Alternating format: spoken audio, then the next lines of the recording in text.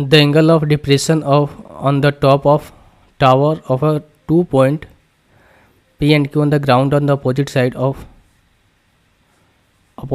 of a 75 meter high tower are theta and phi. If tan theta equals to 3/4, tan theta phi equals to 5/8, what is the distance between the P and Q? तो भाई इस तरीके से मान लो ये P और Q जो है पॉइंट है, यहाँ पर कहीं टावर होगा आपका, और इधर से अगर मैं इधर लाता हूँ तो ये एंगल ऑफ डिप्रेशन बनेगा और एक आपका ये बन जाएगा। ठीक है, हालांकि अलग अलग होंगे क्योंकि हमें वैल्यू अलग अलग दे रखी है। ये थीटा है तो ये भी थीटा हो जाएगा, ये 90 हो जाएगा, ये थीटा है तो ये भी थीटा हो जाएगा, तो इसीलिए मैं यहाँ पर थीटा रखता हूँ।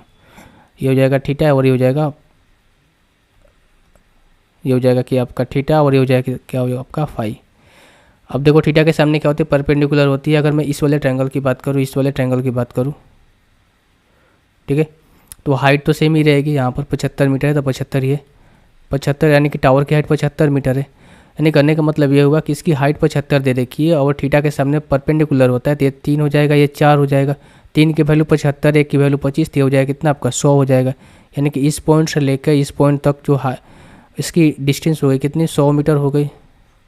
ठीक है, अब आप इसको भूल जाओ भाई। अब आप इस ट्रायंगल में, आप जो मैंने ग्रीन कलर से दे रखा है इस ट्रायंगल में, अब इस ट्रायंगल में अगेन यहाँ पर हाइट तो ये सेम ही रहेगा, ये हाइट तो सेम ही रहेगा, लेकिन इसमें दे रखा है कि फाई की वैल्यू हमें दे रखी है 5/8।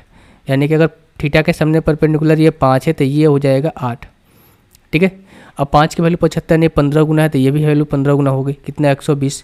तो यहाँ पर P था और यहाँ पर Q था, तो यहाँ से यहाँ तक 100 मीटर और यहाँ से यहाँ तक 120 मीटर। टोटल आप ऐड करोगे कितना हो जाएगा, 100 + 120 को ऐड करोगे 220 मीटर। तो P से लेकर Q तक की डिस्टेंस कितनी आ गई, 220 मीटर। Option number B.